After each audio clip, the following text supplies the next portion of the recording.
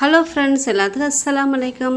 இன்றைக்கி நம்ம வீடியோவில் என்ன பார்க்க போகிறோன்னு பார்த்தீங்கன்னா, நம்மளோட கிச்சன் வாஷ் பேசின் கழுவுறது ரொம்பவே நமக்கு டாஸ்க்காக இருக்கு இல்லையா? எப்படி தான் க்ளீன் பண்ணலான்னு பார்த்தீங்கன்னா, அதுலேருந்து ஒரு பேட் ஸ்மெல் வர ஆரம்பிச்சிடும். ஸோ அது வராமல் எப்படி க்ளீன் பண்ணலாங்கிறது இந்த டிப்ஸில் பார்க்கலாங்க. இப்போ தான் நம்ம வீடியோவை மொத பார்க்குறதுனா சேனலை மறக்காமல் சப்ஸ்கிரைப் பண்ணிக்கோங்க. இப்போ வாங்க நம்ம வீடியோக்குள்ளே போகலாம். இப்போ நம்ம பார்க்கக்கூடிய டிப்ஸ் என்னன்னு பார்த்தீங்கன்னா, இது வந்து ரைஸை வடித்து ஆற வச்சுருக்கேன். நம்ம பிள்ளைகளுக்கு கொடுக்கும்போது பார்த்திங்கன்னா ரைஸ் சூடாக கொடுத்தோன்னு பார்த்திங்கன்னா அது வந்து கெட்டு போயிடும் இல்லையா? ஸோ வடித்து ஆற வச்சுட்டு இதில் வந்து 1 ஸ்பூன் அளவு தயிர் சேர்த்துக்கலாங்க. தயிர் வந்து நம்ம அதிகமாக சேர்த்துக்கிட்டோன்னு பார்த்திங்கன்னா புளிப்புத்தன்மை அதிகமாக வந்துடும். ஸோ பிள்ளைகளும் பார்த்திங்கன்னா சரியாக சாப்பிட முடியாது, புளிப்பு வந்துடுறதுனால. ஸோ அது புளிக்காமல் இருக்கிறதுக்கு கொஞ்சமாக தயிர் ஊற்றிட்டு பாலை வந்து காய்ச்சிட்டு நல்லா ஆற வச்சுக்கலாங்க. ஆறின பாலையும் ஆறின சாதத்தையும் போட்டு கொஞ்சமாக உப்பு போட்டு இதை நம்ம கிளறி பிள்ளைகளுக்கு டிஃபன் பாக்ஸில் போட்டு கொடுத்துக்கிட்டோன்னு பார்த்திங்கன்னா இந்த தயிர் சாதம் கெட்டு போகாதுங்க. அது மட்டும் இல்லாமல் நம்ம கொஞ்சமாக தயிர் பால் நிறையா ஊற்றிருக்கோம் இல்லையா? ஸோ இந்த பால் வந்து தயிரை நல்லா உரைய வச்சுட்டு சாப்பிடும்போது பார்த்திங்கன்னா நமக்கு நல்லா க்ரீமியாக சூப்பராக இருக்கும். நம்ம நார்மலாக தயிர் ஊற்றி நம்ம சாப்பாடு கிளறி கொடுத்தோன்னு பார்த்திங்கன்னா அந்த சாப்பாடு வந்து புளிச்சு போயிடும், சாப்பிட நல்லாவே இருக்காது. ஸோ இப்போ சாப்பாடும் கெட்டு போயிடும் இல்லையா? ஸோ இந்த மாதிரி பால் கொஞ்சமாக ஊற்றி நம்ம கிளறி கொடுக்கும்போது பார்த்திங்கன்னா சாப்பாடு கெட்டு போகவே போகாது. சாப்பாடும் பார்த்திங்கன்னா சாப்பிட்றதுக்கு ரொம்ப டேஸ்டியாக இருக்கும். பிள்ளைகளுக்கு கொடுக்கும்போது நம்ம வந்து இதை வந்து தாராளமாக நம்ம செஞ்சு கொடுக்கலாம். பிடிச்சிருந்தா இந்த டிப்ஸை நீங்கள் மறக்காமல் ட்ரை பண்ணி பாருங்கள். இப்போ வாங்க நம்ம அடுத்த டிப்ஸ் என்னன்னு பார்க்கலாம்.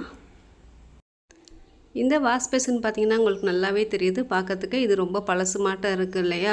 ஸோ அந்த பழைய வாஷ் பேசினை எப்படி புதுசாக சூப்பராக ஆக்கலாங்கிறது இந்த டிப்ஸில் பார்க்கலாங்க. இதுக்கு வந்து சோப்பு தேவை வேணாம். நம்ம வீட்டில் இருக்கக்கூடிய பேக்கிங் சோடா இருக்குது பார்த்திங்களா? அந்த பேக்கிங் சோடா மட்டும் போட்டுக்கலாங்க. இந்த பேக்கிங் சோடாவை நம்ம வாஷ் பேசினை ஃபுல்லாக போட்டுட்டு அடுத்து ஒரு ஸ்க்ரப்பர் எடுத்துக்கலாங்க. இந்த ஸ்க்ரப்பரை கொண்டு நம்ம இந்த வாஷ் பேசினை தேய்க்கும் போது பார்த்திங்கன்னா இந்த வாஷ் பேசினில் இருக்கக்கூடிய விடாப்பொடியான அழுக்குகள்லாம் அழகாக போயிடும். கரைகள்னு பார்த்திங்கன்னா நம்ம பேக்கிங் சோடா போகிறனால கரைகள் பார்த்திங்கன்னா சூப்பராக அழகாக போயிடும். இதுக்கு வந்து நம்ம சோப்பு போடணுன்னு அவசியமே இல்லைங்க. வெறும் பேக்கிங் சோடாவும் ஸ்க்ரப்பர் இருந்தாலே போதும். எப்பேற்பட்ட பழைய வாஷ் பேசினாக இருந்தாலும் சரி புதுசு போல் சூப்பராக ஜொலிக்கும். அது மட்டும் இல்லாமல் இந்த வாஷ் பேசின் ஹோலில் நம்ம வந்து பேக்கிங் சோடா போடும்போது பார்த்திங்கன்னா அந்த ஹோலில் இருக்கக்கூடிய பேட் ஸ்மெல்லாம் வரும் இல்லையா? ஸோ அந்த பேட் ஸ்மெல்லும் வராமல் பார்த்திங்கன்னா அந்த வாஷ் பேசின் அவ்வளோ பளிச்சுன்னு சூப்பராக இருக்கும். புதுசு போலவே நல்லா அழகாக தகன்னு மென்னுங்க. இதுக்கு நம்ம சோப்போ வினிகரோ எதுக்கும் போடணுங்கிற அவசியமே இல்லை. வெறும் பேக்கிங் சோடா மட்டுமே போதும். நம்ம வாஷ் பேசினில் சூப்பராக பளிச்சுன்னு கழுவிடலாம். இருந்த வாஷ் பேசினுக்கும் இப்போ இருக்கக்கூடிய பேசனுக்கும் உங்களுக்கு பார்க்கும் போதே நல்லா தெரியும் பளிச்சுன்னு எவ்வளோ அழகாக சூப்பராக போயிடுச்சு பார்த்தீங்களா? பிடிச்சிருந்தா இந்த டிப்ஸை நீங்கள் மறக்காமல் ட்ரை பண்ணி பாருங்கள். இப்போ வாங்க நம்ம அடுத்த டிப்ஸ் என்னன்னு பார்க்கலாம்.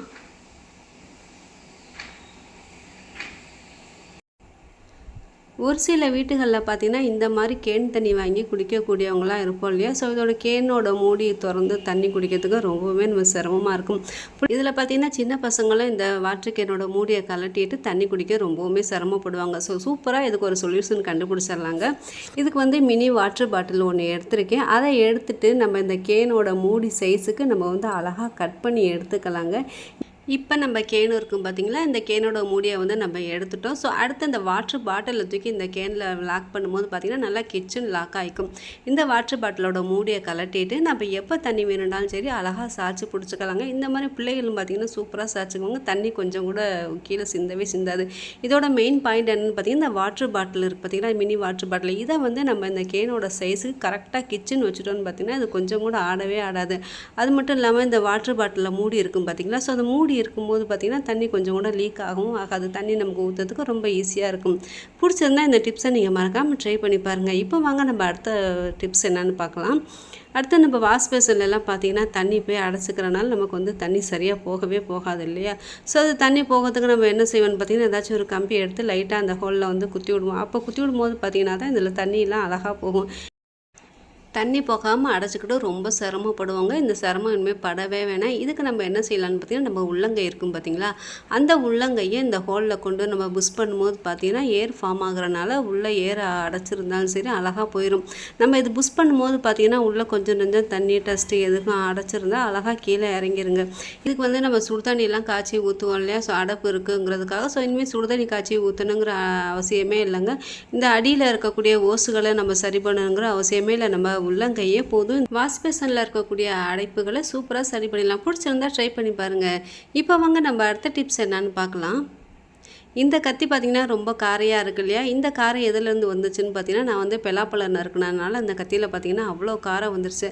அது மட்டும் இல்லாமல் நம்ம வாழைக்காயெலாம் நறுக்குவோம் பார்த்திங்களா? வாழைக்காய் நறுக்கும்போது பார்த்திங்கன்னா அந்த கத்தி ஃபுல்லாக காரையாயிருது. இந்த காரைகளெல்லாம் எப்படி ஈஸியாக ரிமூவ் பண்ணலாங்கிறது இந்த டிப்ஸில் பார்க்கலாங்க. இதுக்கு நான் வந்து ஸ்டவ்வை ஆன் பண்ணியிருக்கேன்.